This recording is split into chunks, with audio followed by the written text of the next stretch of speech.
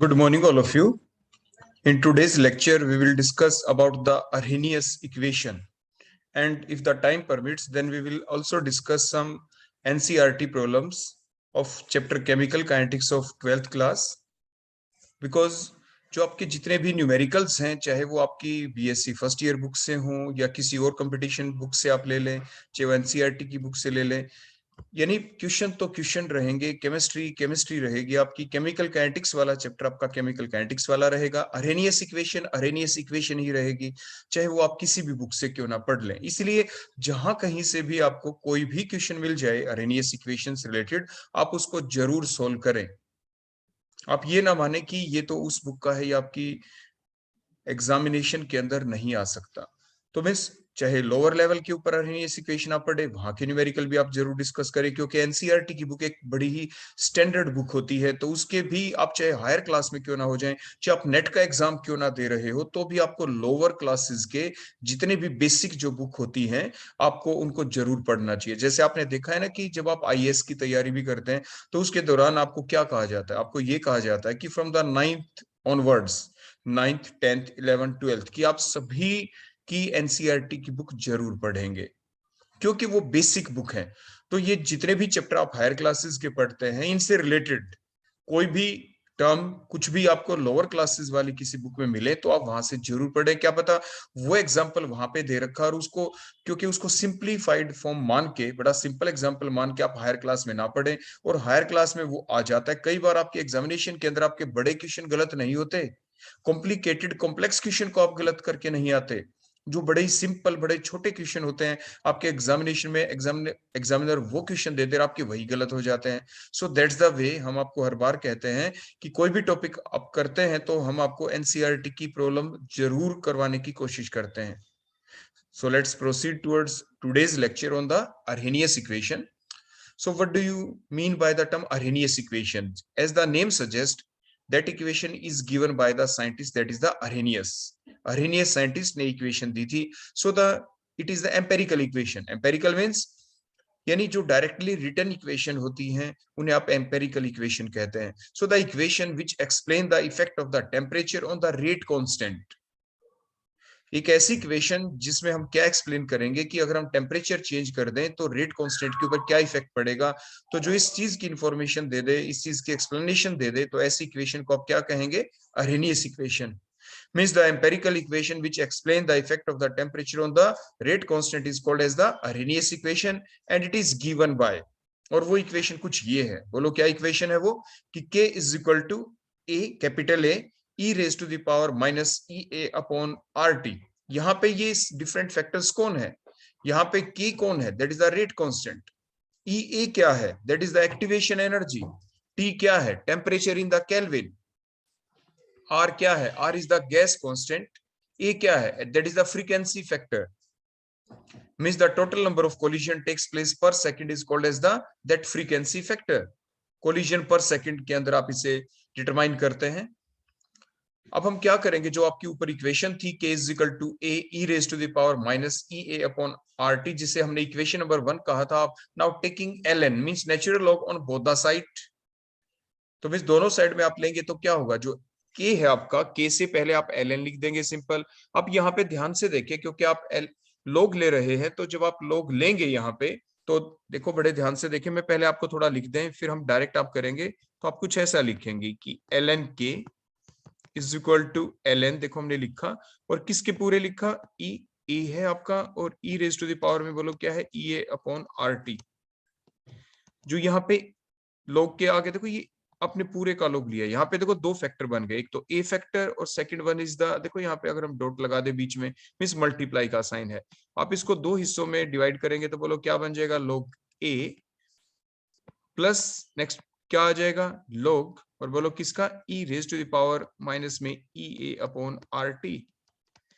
Means जब जो natural log होता है और जो एक्सपोनेंशियल टर्म होती है एक दूसरे को कैंसिल आउट कर देंगी, तो मींस क्या आ जाएगा, बोलो। देखो ये जो पावर होती है, देखो ई रेज टू द पावर, देखो समथिंग, ये पावर कहाँ पे आ जाएगी, ये पहले, और लोग ई क्या आ जाएगा, दैट इज 1। तो मीन्स आपका क्या बन गया, बोलो लोग ए, ये पावर में पहले आया था तो माइनस ई ए अपॉन, बोलो क्या बन गया, that is the R T. Simple यही रह गया आपका। और इधर बोलो कौन था, that is the log k। तो जब आप log लेते हैं दोनों साइड में तो ये इक्वेशन आपकी आ जाएगी। तो देखो यही हमने लिख दिया, देखो ध्यान से देख ले, मैंने क्या लिखा था, log k is equal to ln a minus ea upon rt। और यही चीज देखो हमने लिख दी, log k is equal to ln a minus ea upon rt, that is the equation number 2।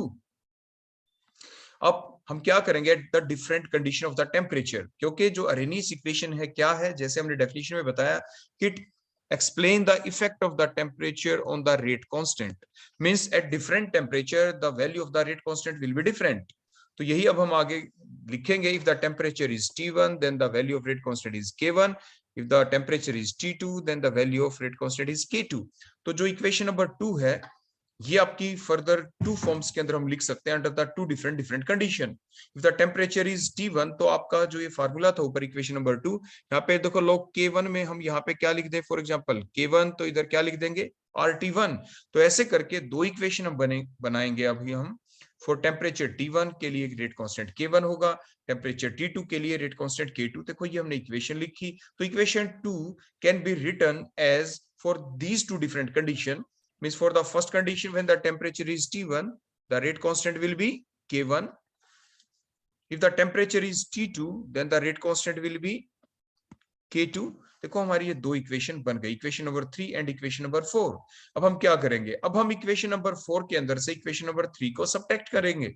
Now subtract the equation number 3 from the equation number 4, we get, हमें क्या मिलेगा, देखो जब सब्ट्रैक्ट करेंगे तो लेफ्ट हैंड साइड को left hand side में आपस में सब्ट्रैक्ट करेंगे देखो, और राइट हैंड साइड को आपस में राइट हैंड साइड के अंदर से आप देखो सब्ट्रैक्ट करेंगे। तो means log K2 minus log K1 किया हमने, देखो that is the left hand side, देखो ये हमने सब्ट्रैक्ट कर दिया आपस में।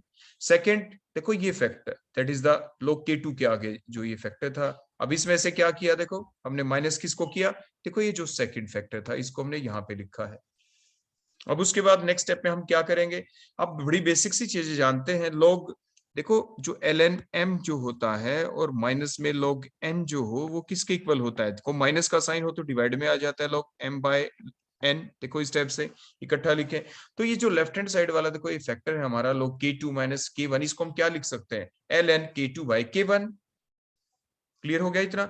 और ये तो आपका उधर आप लिख देंगे, लेकिन साथ के साथ आप राइट हैंड साइड वाले पोर्शन को भी देखें। जब हम देखो ये जो पोर्शन है देखो इधर वाला, जब इसके अंदर ये माइनस को आप अंदर लेके जाएंगे तो देखो आपका क्या बन जाएगा, ये कुछ ऐसा हो जाएगा कि ln a minus ea upon RT2। देखो ये तो आपका ऐसा सच रहा, सेकंड के अंदर जब माइनस अंदर चला गया तो ये क्या बन गया माइनस ln a, और ये माइनस माइनस क्या हो जाएगा, देखो अंदर वाला ये माइनस क्या हो जाएगा, दैट इज प्लस। तो क्या बन गया बोलो, प्लस में ea upon RT2 sorry RT1। तो मीन्स log a से ये log a देखो ये कैंसिल हो गया क्योंकि एक प्लस का एक माइनस का। अब ये देखो ये जो प्लस का फैक्टर है इसको हम पहले लिख देंगे, और ये जो माइनस का फैक्टर है इसको हम अब बाद में लिख देंगे। आप बड़े ध्यान से देखना, देखो ये हमने ऐसे लिख दिया। क्लियर हो गया, तो बोलो क्या है, देखो फिर से हम बता दें, प्लस का कौन है ea अपॉन RT1 ये पहले आएगा, और माइनस में ea अपॉन RT2 आपका बाद में आएगा। देखो ये हमने लिख दिया, और इधर हमने बताया था log K2 माइनस K1 क्या होगा, log K2 divided by K1। तो ये अभी हमने सोल्व करके दिखाया, ये हमने अगली स्टेप में लिख दिया है। उसके बाद आप क्या जानते हैं कि जो ln होता है, देखो ये ln किसके इक्वल होता है, that is always equal to 2.303 log log base 10, log base 10 होता है इसका। यही log टेबल आपके गिवन होती है आपके बुक्स के अंदर, जो अलाउड होती है आपके एग्जामिनेशन के अंदर। आपके कैलकुलेटर अलाउड नहीं होता, जितने भी न्यूमेरिकल आएंगे उस सभी के अंदर लॉग टेबल आपको देखनी आनी चाहिए।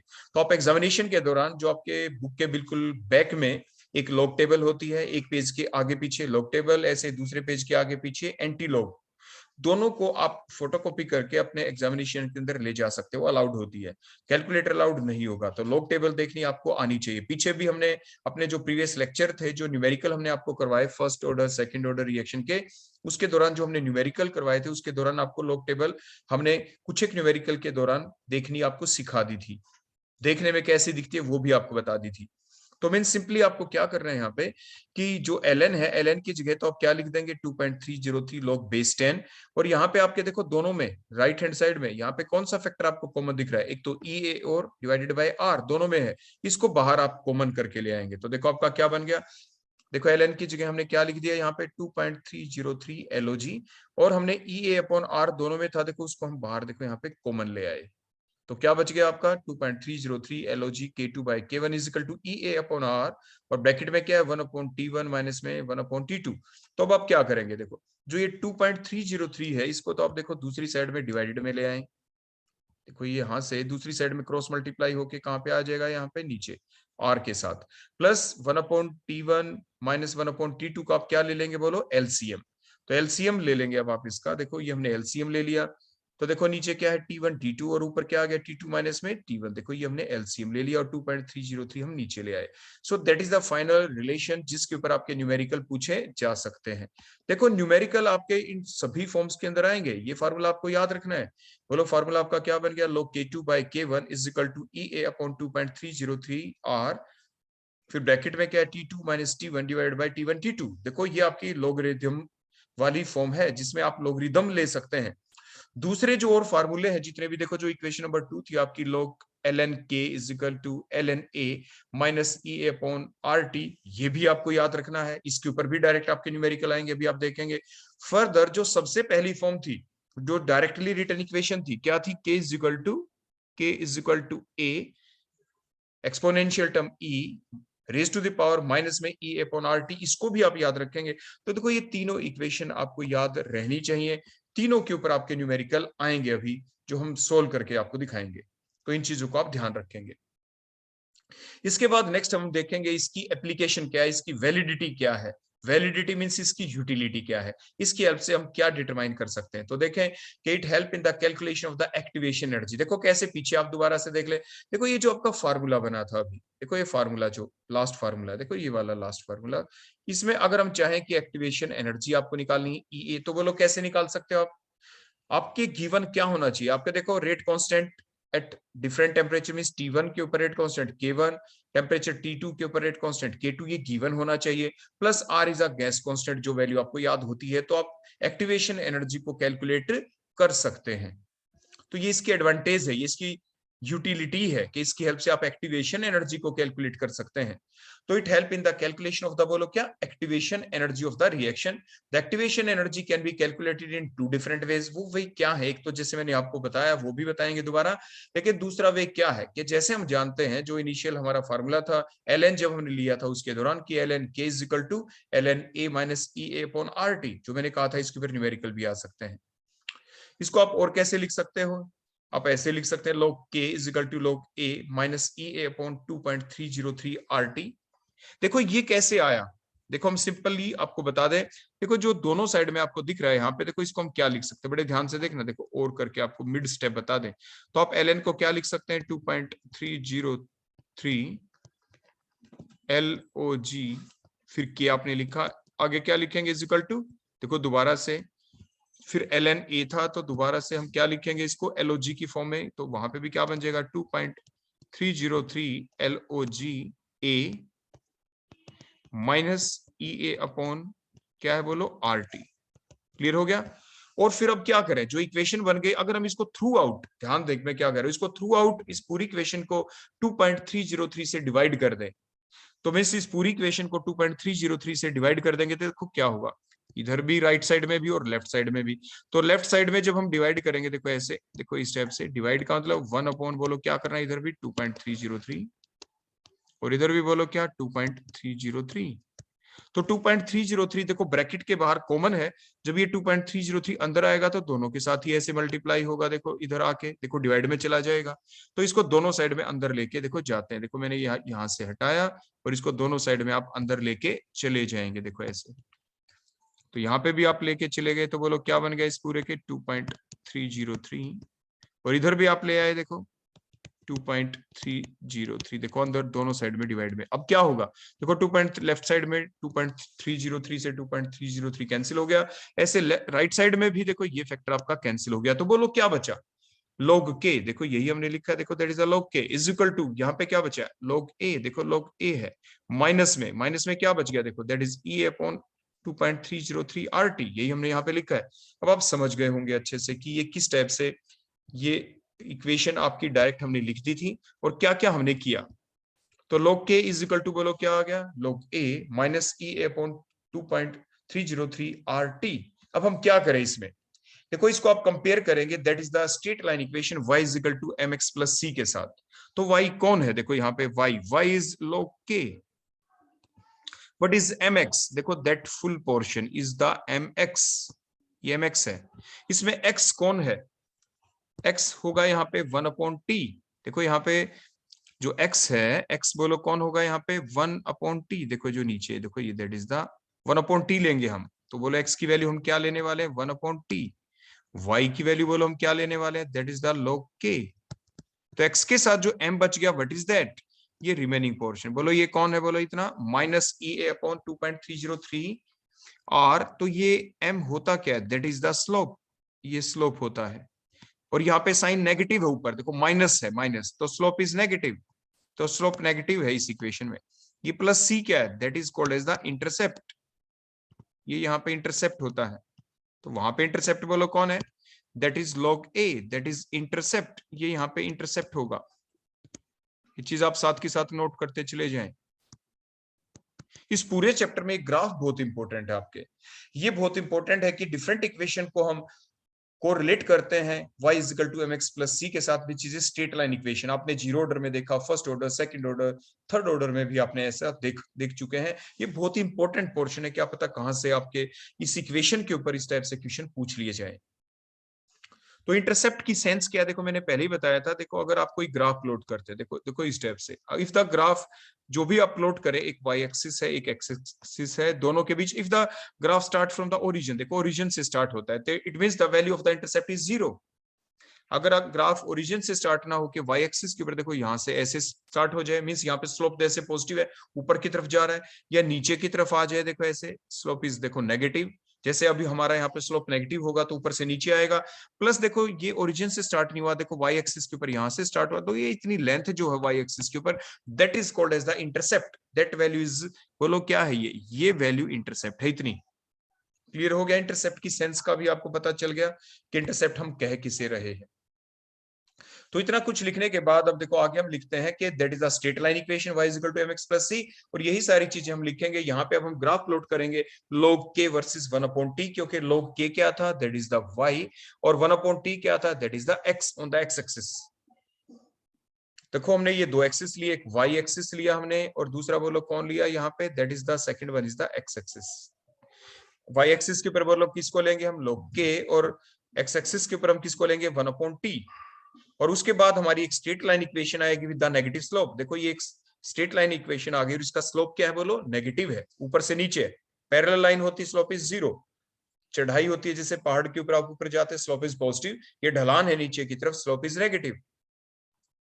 उसके बाद what is the value of the slope here, हमने बताया था जो x के साथ y is equal to mx plus c में x के साथ जो अटैच m होता है दैट इज द स्लोप। तो यहाँ पे x क्या था, x था 1 अपॉन t, देखो ये तो जो रिमेनिंग फैक्टर है देखो इतना यहाँ पे, what is that, that is the slope, means slope is minus ea upon 2.303 r। Bye knowing the value of the slope and the r, अगर हमें यहाँ पे स्लोप की वैल्यू का पता चल जाए, हमें r की वैल्यू का पता चल जाए, रिमेनिंग फैक्टर कौन है, दैट इज द ea, तो हम एक्टिवेशन एनर्जी को कैलकुलेट कर सकते हैं। So by knowing the value of the slope and the r, the value of the activation energy can be calculated, means ea क्या हो जाएगा, is equal to minus 2.303 multiplied by slope. अब question ये उठा कि जो स्लोप है ये किसके इक्वल होता है, slope is equal to tan theta. Tan theta होता क्या है, आपने पढ़ा था ना कि पंडित बद्री प्रसाद हर हर भोले, जो आप ये जनरल फार्मूला याद करते हैं कभी से, तो फर्स्ट जो लाइन है perpendicular upon hypotenuse that is a sine theta, देखो ये साइन थीटा होता है। जो सेकंड है base upon hypotenuse that is equal to the cos theta, और जो लास्ट है perpendicular upon base that is equal to the tan theta. तो what is tan theta, that is the tan theta is equal to perpendicular upon base. Where is the perpendicular, देखो कैसे देखेंगे, ये हमने एक स्ट्रेट लाइन ड्रा की, किसी भी पॉइंट, कोई भी पॉइंट आप ले लें, कहीं पर भी आप ये दो लाइन ड्रा कर सकते हैं। दो लाइन ड्रा करने के बाद अब आपको क्या लेना है, देखो इसके ऊपर, देखो यहाँ पे, इसके देखो यहाँ पे, इस एक्सिस के ऊपर, that is the value of, बोलो क्या होगा, दैट इज परपेंडिकुलर। ये परपेंडिकुलर हो गया इतना। ऐसे ही यहाँ पे नीचे आप डॉट डॉट करेंगे, देखो इधर 1/t एक्सिस के ऊपर, so that is the base. बोलो ये क्या होगा, दैट इज बेस। तो ये ग्राफ से हमें परपेंडिकुलर और बेस की वैल्यू मिल जाएगी। मींस ग्राफ से हमें किसकी वैल्यू मिल गई, परपेंडिकुलर और बेस। और वहां से परपेंडिकुलर अपॉन बेस को ही क्या कहते हैं आप, टेन थीटा। तो टेन थीटा मिल गया तो मीन स्लोप मिल गया। और स्लोप मिलने के बाद क्या चाहिए, सिर्फ आर की वैल्यू। अब वो तो आपकी गैस कांस्टेंट है, that is the value fix, वो फिक्स वैल्यू आपकी, तो ई ए बड़ी आराम से आपका निकल जाएगा। सेकंड पॉइंट क्या आता है, activation energy can also be calculated from that logarithm वाला जो आपका फार्मूला, इससे कि log k2 अपॉन k1 है। तो यहाँ पे हमें क्या चाहिए, bye knowing the value of the rate constant at the different temperature, if the temperature is T1 the value of rate constant will be k1, ये गिवन होनी चाहिए। At the temperature T2 temperature given होगा तो rate constant k2 that is also must be given. तो फिर हम activation energy निकाल सकते हैं, क्योंकि R is the gas constant. तो इस टाइप से हम अरेनियस इक्वेशन की ये वैलिडिटी कहलाती है, ये यूटिलिटी कहलाती है, ये एडवांटेज कहलाती है कि हम क्या निकाल सकते हैं, एक्टिवेशन एनर्जी को कैलकुलेट कर सकते हैं इन दीज डिफरेंट वेज। अब हम आगे देखेंगे कुछ न्यूमेरिकल्स अरेनियस इक्वेशन के बेसिस के ऊपर। Calculate the activation energy of a reaction whose rate at the temperature 27 degree Celsius get doubled. जो रेट है वो डबल्ड हो गया। कैसे, जब हमने टेम्परेचर की तरह इंक्रीज किया 10 degree Celsius, means 27 degree Celsius पहले था, मींस अब वो 37 हो गया, क्योंकि आपने 10 डिग्री राइज किया है। ये नहीं कि फाइनल टेम्परेचर 10 डिग्री हो गया, नो, हमने लिखा 10 डिग्री राइज इन टेम्परेचर। पहले 27 था तो उसमें 10 डिग्री और इंक्रीज हो गया, राइज हो गया, तो फाइनल टेम्परेचर T2 है। तो टेम्परेचर जब आपका T1 है, तो टेम्परेचर बोलो क्या है आपका, T1 है। देखो ये T1 means 27 degree Celsius, kelvin में कन्वर्ट किया तो रेट कांस्टेंट कितना था, that is the K1 is equal to K। तो जब टेम्परेचर आपका 10 डिग्री इंक्रीज कर दिया, देखो 37 डिग्री सेल्सियस हो गया, मींस 310 केल्विन हो गया, तो रेट कांस्टेंट कितना हो गया, डबल मींस 2K। देखो 2K, K2 is equal to 2K। हमारा फार्मूला है जो हम जानते हैं, आर कांस्टेंट की वैल्यू तो फिक्स है, are 8.314 joule per kelvin per mole. ये जूल पर केल्विन पर मोल में है। आप इसको कैलोरी में भी ले सकते हैं, कैलोरी में भी ले सकते हैं आप इस चीज को। तो आप इसको कन्वर्ट कर देंगे, क्योंकि आप जानते हैं कि कैलोरी जूल में क्या रिलेशन है, एंड सो ऑन। वो हम आगे कंटिन्यूअसली न्यूमेरिकल के बेसिस के ऊपर यूज करते रहेंगे। जस्ट आपका फार्मूला है ये लोग, K2 by K1 is equal to EA upon 2.303 R T2 minus T1 divided by T1 T2। Value just put करें, K1 की जगह K पुट करेंगे, K2 की जगह बोलो 2K पुट कर देंगे, T1 की जगह आप 300 केल्विन पुट करेंगे, T2 की जगह 310, देखो आपने पुट कर दिया। सिंपली कैलकुलेशन करें, देखो K से K कैंसिल हो गया। log 2 की वैल्यू आपको आनी चाहिए, जैसे आप जानते भी हैं 0.3010 होती है। मैंने आपको पहले बताया था log 2, log 3, log 4 की वैल्यू आप जरूर ध्यान रखें। तो जब आप इनकी वैल्यूज देखो पुट करेंगे, K से K हमने कैंसिल कर दिया, और तो डायरेक्टली हमें log 2 की वैल्यू, जैसे मैंने आपको बताया कि कितनी होती है, वो 0.3010। मैंने आपको ये भी कहा था, जैसे मैं आपको अभी बता ही रहा था, कि log 2, log 3, log 4 और log 5 ये वैल्यू डायरेक्ट आपको 2-4 बार आप पढ़ेंगे, क्योंकि ये काफी यूज होती हैं। जब आप अपनी बुक के अंदर से आप प्रैक्टिस करेंगे तब भी ये काफी यूज होती हैं। तो ये अक्सर हमें याद हो जाती थी, जैसे हमें भी याद हो जाती थी जब हम पढ़ते थे। तो इनको आप जरूर याद करें। और देखो सिंपल कैलकुलेशन आप करेंगे तो एक्टिवेशन एनर्जी का देखो आपका आंसर आ गया। तो आंसर आपका कितना आएगा, 53.599 किलो जूल पर मोल। क्योंकि जूल पर मोल में आपका आंसर आएगा, डायरेक्ट देखो हमने इसको किलो जूल में भी कन्वर्ट कर दिया। जो भी आंसर आए उसको 1000 से आप डिवाइड कर दें, वो किलो जूल में आ जाएगा। पहले आपका आंसर आएगा यहाँ पे जूल के अंदर, क्योंकि आप ध्यान से देखें आर की वैल्यू जो हमने पुट की है वो कितनी पुट की है, the value of R is 8.314 joule per kelvin per mole. Joule है यहाँ पे, इट मींस पहले आपका आंसर जो आएगा एक्टिवेशन एनर्जी का वो जूल में आएगा, फिर आप उसको 1000 से डिवाइड कर देना, फिर वो किलो जूल में आएगा। हमने डायरेक्ट यहाँ पे किलो जूल के अंदर लिख रखा है, तो आप इस चीज में भी पजल ना हो जाए। नेक्स्ट क्वेश्चन अगर हम ले लेते हैं, अब ये आपकी डिफरेंट बुक्स के अंदर से हमने आपके क्वेश्चन ले रखे हैं डायरेक्ट, ताकि जो भी आप बुक पढ़ें तो काफी चांसेस रहते हैं कि इसी तरह के क्वेश्चन आपके एग्जाम में आने होते हैं। तो हमारा ये क्वेश्चन है, the rate constant of a reaction is 1.2 multiplied by 10 की पावर -3 पर second at that particular temperature. Next value भी दे रखी है रेट कांस्टेंट की, वो 40 डिग्री सेल्सियस के ऊपर दे रखी है। तो इस एक्टिवेशन एनर्जी निकाले। तो सेम क्वेश्चन है, वहां पे हमने दिया था कि रेट कांस्टेंट डबल हो गया, पिछला जो क्वेश्चन हमने किया, यहाँ पे वैल्यू दे दी एट 2 डिफरेंट टेम्परेचर। तो सेम थिंग होगी। सबसे पहले आप गिवन चीजों को लिखेंगे, सारी बातें गिवन लिखेंगे आप। जो भी टेम्परेचर है उसको केल्विन में कन्वर्ट करें। देखो हम यहाँ पे लिख के नहीं दिखाएंगे, हम सिर्फ आपको बता रहे हैं जल्दी जल्दी यहाँ पे कि टेम्परेचर जो भी हो उसको आप किस में कन्वर्ट करें, आप उसको केल्विन में जरूर कन्वर्ट करें। 273 ऐड कर देंगे। तो यहाँ पे जो टेम्परेचर है, देखो यहाँ पे जो गिवन है ये आपका T1 इसको मान लेंगे, ये रेट कांस्टेंट की वैल्यू इसको आप देखो K1 मान लेंगे। ऐसे ही ये टेम्परेचर 40 डिग्री सेल्सियस, देखो इसको आप T2 मान लेंगे। जो रेट कांस्टेंट की वैल्यू है देखो इसको आप क्या मान लेंगे, K2। टेम्परेचर को आप केल्विन में जरूर कन्वर्ट कर लें। फिर हम डायरेक्ट देखो फार्मूला लिख दिया हमने, यहाँ पे आप वैल्यूज पुट करें, K1 की जगह K1 की वैल्यू, K2 की जगह K2 की, एंड सो ऑन। और R की वैल्यू क्या पुट करेंगे, 8.314 जूल पर केल्विन पर मोल। अगर आप पुट करते हैं तो आंसर आपका जूल में आ जाएगा। तो एक्टिवेशन एनर्जी आप निकाल सकते हैं, तो आंसर आपका यही आएगा 44.126 किलो जूल पर मोल।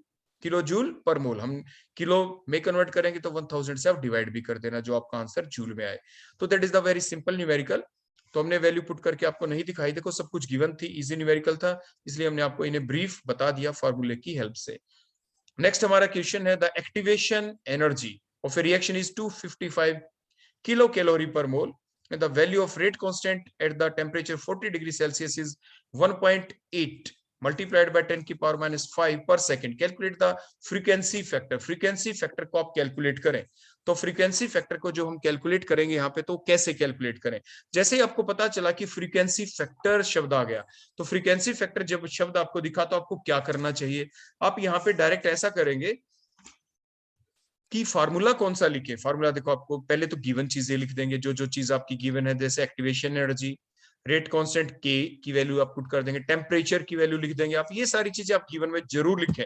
ध्यान रखें ये बेसिक रूल होते हैं, कभी आप छोटी क्लासेस के अंदर थे तो आपको ये बताया भी जाता, सबसे पहले गिवन लिखे, आप लिख देना यहाँ पे। क्लियर हो गया। उसके बाद आप ये फार्मूला लिखेंगे कि according to Arrhenius equation ln k is equal to ln a minus e upon RT, ये आप लिख देंगे। उसके बाद आप क्या करें, देखो आप इसको, क्योंकि ln a मींस आपको क्या फ्रीक्वेंसी फैक्टर a की वैल्यू निकालनी है, तो हमने क्या किया, ln a को इधर ले आए, लोग के आपका जो ये देखो ये फैक्टर था माइनस में, इसको आप दूसरी साइड में ले जाएंगे, बल्कि ये ठीक रहेगा। देखो उधर जाके प्लस हो गया, वही देखो हमने प्लस करके आपको दिखा दिया।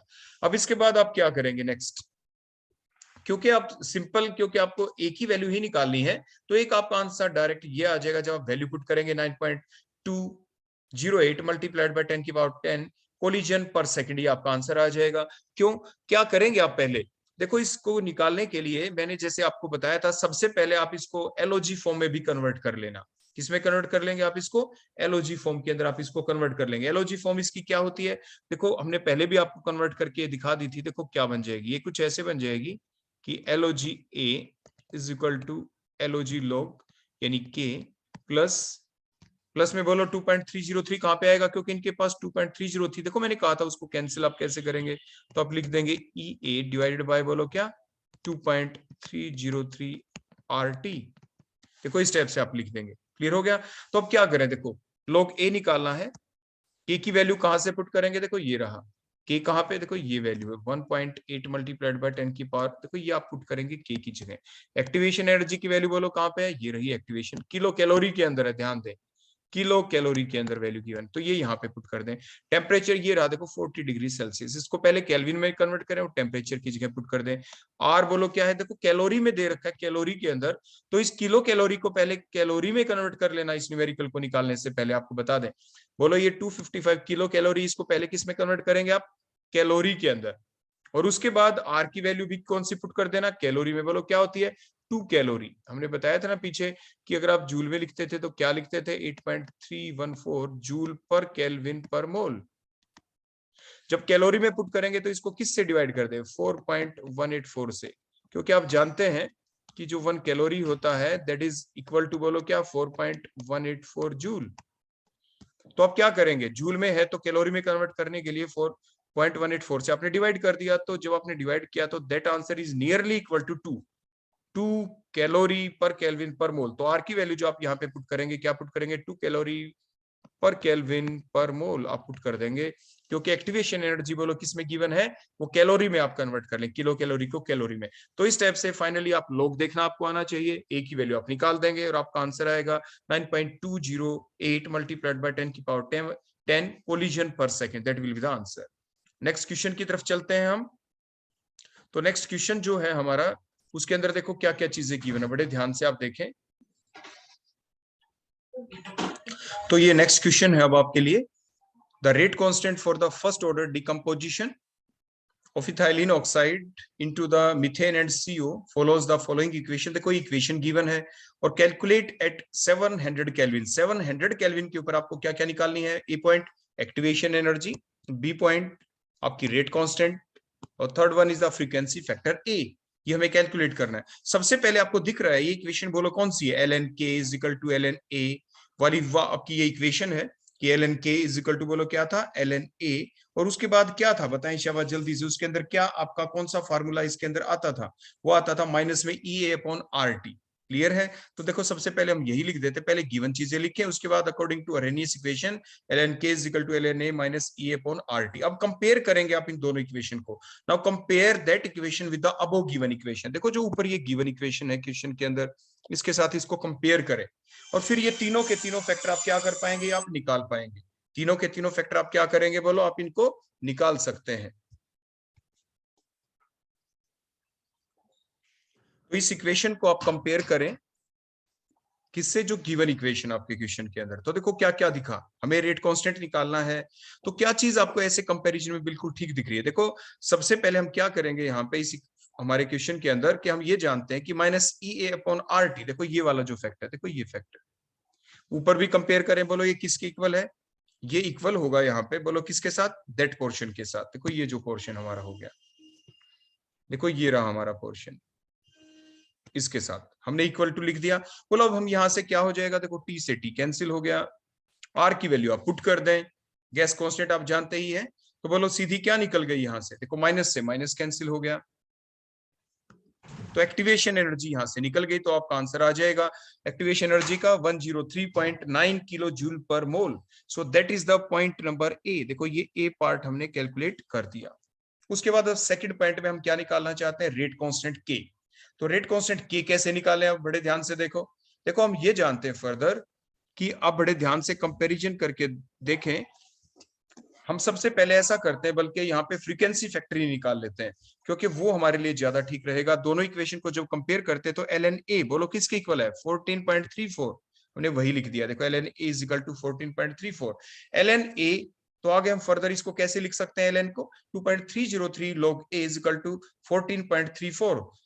अब उसके बाद क्या करेंगे, आपको एंटी लॉग देखना आना चाहिए। 2.303 को इधर ले जाएंगे इसके डिवाइडेड में सबसे पहले, और उसके बाद आप क्या होगा, आप एंटी लॉग देखना आपको आना चाहिए। तो लॉग ए की जो भी वैल्यू आएगी, फिर लॉग दूसरी साइड में जाएगा, तो क्या बन जाएगा बोलो, A is equal to antilog जो भी आपका फैक्टर होगा, तो वो आपको देखना आना चाहिए। तो आपका ए का डायरेक्ट आंसर आ जाएगा यहाँ पे, बोलो क्या, 103.9 किलो जूल पर मोल।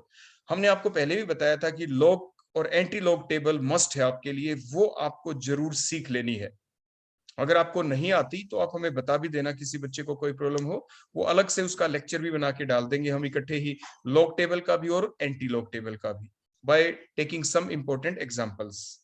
इसके बाद अब हमारा जो अभी हमने पॉइंट निकाला, ये था हमारा पॉइंट नंबर सी। हमने पॉइंट नंबर सी यहां से निकाल लिया, मींस ए की वैल्यू हमारे पास निकल गई, that is the point number C. अब रेट कांस्टेंट रह गया, अब क्या करें। अब हमारे पास जो गिवन इक्वेशन थी, देखो ये क्वेश्चन के अंदर ये हमने डायरेक्ट लिख दी यहाँ पे। अब इसके अंदर बोलो हम क्या निकाल चुके हैं, हम निकाल चुके हैं ए की वैल्यू। देखो ए तो हमारे पास है ही यहाँ पे, जो भी हमने ऊपर निकाल लिया था। तो अब हम बी पार्ट निकालने जा रहे हैं। हमने फार्मूला लिख दिया ln k is equal to this much, लेकिन एक क्वेश्चन है कि जो हमें रेट कांस्टेंट निकालना है, कितने टेम्परेचर पे निकालना है, 700 केल्विन। बोलो किस पे निकालना है, 700 केल्विन। तो सिंपल सा काम है, इसमें तो कुछ करना ही नहीं, टी की वैल्यू पुट कर दें। बोलो कितनी, 700 केल्विन। तो डायरेक्ट आपका आंसर के का आ जाएगा। आपको एंटी लॉग देखना फिर भी आना चाहिए, क्योंकि इधर बोलो क्या है, ln k को सबसे पहले आप जरूर ध्यान रखें, इसको आप कन्वर्ट LOG की फॉर्म में जरूर करेंगे। देखो इस टाइप से 2.303 log k, 2.303 को दूसरी साइड में डिवाइडेड में ले जाना, और उस तरीके से आप क्या निकाल पाएंगे, log k is equal to log k की वैल्यू आएगी, उसके बाद आप एंटी लॉग ले लेंगे, आपके पास k की वैल्यू आप कैलकुलेट कर पाएंगे। तो इस टाइप से ये न्यूमेरिकल्स आप बड़ी आराम से सॉल्व कर सकते हैं। अब हम लेते हैं अपना अगला क्वेश्चन। इनमें एक ही प्रॉब्लम है कि आपको लॉग टेबल देखनी आती है या नहीं, एंटी लॉग आपको आता है या नहीं। नेक्स्ट क्वेश्चन, क्वेश्चन नंबर 5, इसमें क्या दे रखा था, वैल्यू ऑफ द स्लोप दे रखी है। Value of the slope of the Arrhenius plot, जो कि हम प्लॉट करते थे log k वर्सेस 1/t का, तो वैल्यू कितनी है, -7610 k। Calculate the value of activation energy. तो देखो इसके लिए हम क्या करें, हमें ये पता है, ये इक्वेशन हम जानते हैं अरेनियस इक्वेशन की, कि log k is equal to log a minus e upon 2.303 RT। अब यहां से बोलो हमें क्या पता है, ये इक्वेशन एक स्ट्रेट लाइन इक्वेशन है ना, हमने कंपैरिजन किया था, आपको ध्यान होगा, that is equal to y is equal to, बोलो इधर कौन था, दैट इज mx, और प्लस में बोलो इधर कौन था, बोलो ये c। हम पहले लिख देते हैं कंपैरिजन करने के लिए, ऐसा लिखा। तो यहाँ पे x क्या है, दैट इज 1/t। तो बच गया जो हिस्सा, देखो ये e upon minus 2.303, what is that, that is m। m mean slope, ये स्लोप है यहाँ पे। देखो हमने क्या किया, स्लोप इज इक्वल टू, बोलो क्या आया, माइनस e अपॉन 2.303 r, और स्लोप की वैल्यू क्वेश्चन में गिवन है, बोलो कितनी वैल्यू गिवन है, -7610।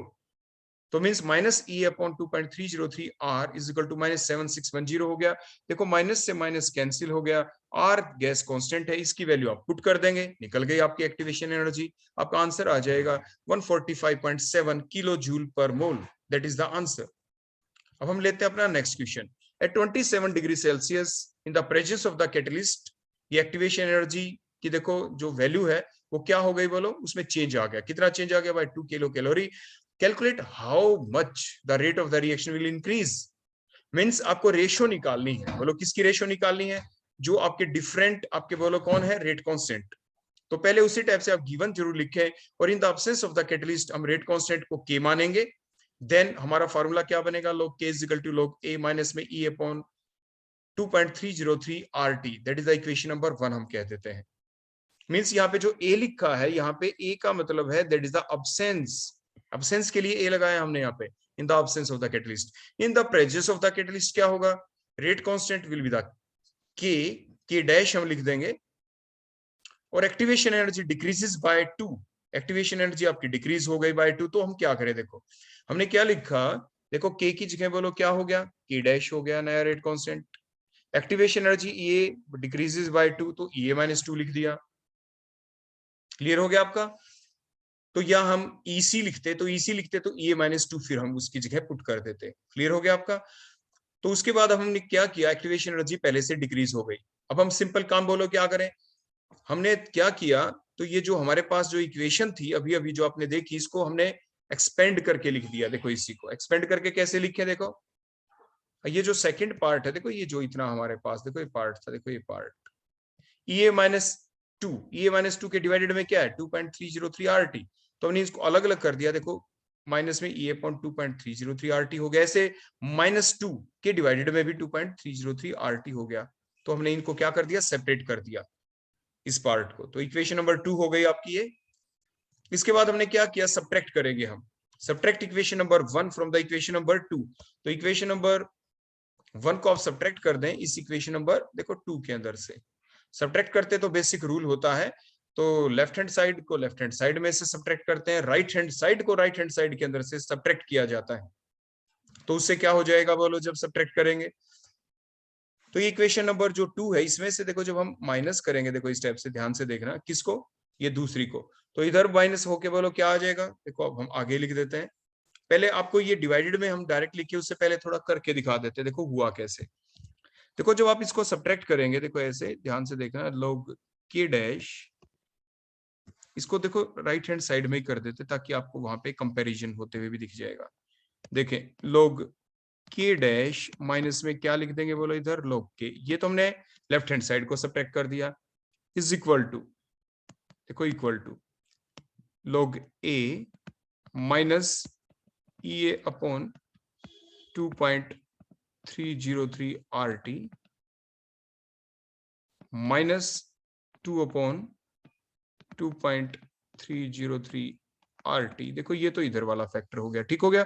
अब माइनस करेंगे दूसरी चीज को, देखो इधर जब वहां पे हम माइनस करेंगे, ध्यान से देखना, जब हम माइनस करेंगे उस दूसरे फैक्टर को, देखो इस टाइप से, कि log A minus E upon 2.303 RT। फिर हम क्या करेंगे बोलो, यहाँ पे अब माइनस को अंदर लेके जाएंगे तो देखो क्या हो जाएगा। माइनस को जब अंदर लेके जाए, यहीं पे मैं करके दिखा देता हूं। तो कोई ब्रैकेट को हमने हटाया, माइनस को अंदर लेके गए, तो ये माइनस log A हो गया, और वो बोलो क्या बन गया, प्लस। देखो ये हमने ब्रैकेट हटा दी सारी। उसके बाद क्या क्या कैंसिल होता है, log A से log A कैंसिल, और बताएं इधर E अपॉन 2.303 RT से ये कैंसिल, तो बोलो क्या बच गया, सिर्फ ये बच गया माइनस 2 अपॉन 2.303 RT। और उधर क्या बच गया, log K dash minus log K को क्या लिख देंगे, वही log का formula, log K dash divided by K। देखो यही हमने लिखा, log K dash divided by K is equal to, बोलो क्या आ जाएगा आपका डायरेक्ट आंसर। देखो जो अभी हमने यहाँ पे लिखा था, बोलो क्या है आपका, ये क्या बच गया था, ये आपका बच गया था इधर माइनस में, बोलो क्या बचा, 2 डिवाइडेड बाय 2.303 RT। देखो ये आपका बचा है सिर्फ। उसके बाद क्या होगा आपका, ये log K dash divide by log, यानी K जो है log तो कॉमन है, तो log दूसरी साइड में जाके क्या बन जाएगा, एंटी log। तो देखो जो इतना फैक्टर है इसका आप क्या लेंगे, एंटी log। कैसे, देखो टेम्परेचर इज गिवन, R की वैल्यू आप पहले से जानते, गैस कांस्टेंट की वैल्यू, क्लियर हो गया। तो उसके बाद आप डायरेक्ट आपकी K dash divided by K की वैल्यू आ जाएगी, that comes out to be 28। Means हम कह सकते हैं rate of the reaction will increase by the 28 times. 28 time rate of reaction क्या हो जाएगी आपकी, इंक्रीज हो जाएगी। आप यूनिट्स का जरूर ध्यान रखें, ये छोटी छोटी बातें आपको ध्यान रखनी है, कभी आप उन चीजों को ध्यान ना रखें। उसके बाद अब हम करते हैं अपना नेक्स्ट क्वेश्चन लेंगे। एक हाइड्रोजनेशन रिएक्शन है which is carried out at a temperature of 500 Kelvin. If the same reaction is carried out in the presence of the catalyst at the same rate, देखो same rate है, the temperature required is 400 Kelvin. Calculate the activation energy of the reaction if the catalyst lowers the activation energy by 20 kilojoule per mole. देखो उसके लिए क्या करेंगे, in the absence of the catalyst, activation energy is written as EA.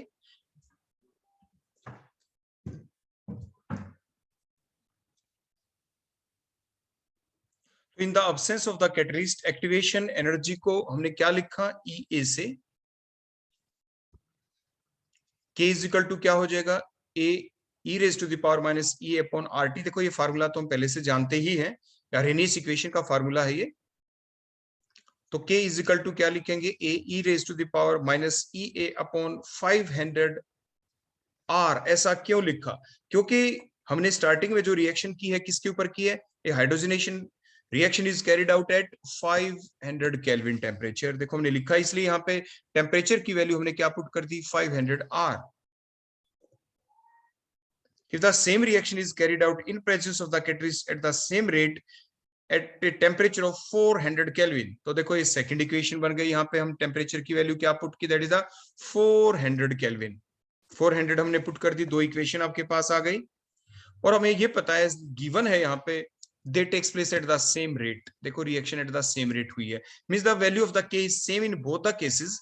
Means equation 1 equation 2 के equal रहेगी, क्योंकि rate constant K की value same है, तो equation 1 is equal to the equation number 2, दोनों इक्वल रहेगी। तो मींस हम क्या लिख सकते हैं, दोनों को कंपेयर करेंगे दोनों को। तो देखो इसमें ए फैक्टर कॉमन है, और EA देखो यहाँ पे, तो बोलो क्या लिखेंगे, EA upon 500 R is equal to EC upon 400 R। EC क्यों लिखा, in the presence of the catalyst. EA का मतलब क्या है, A means absence of the catalyst की प्रेजेंस में।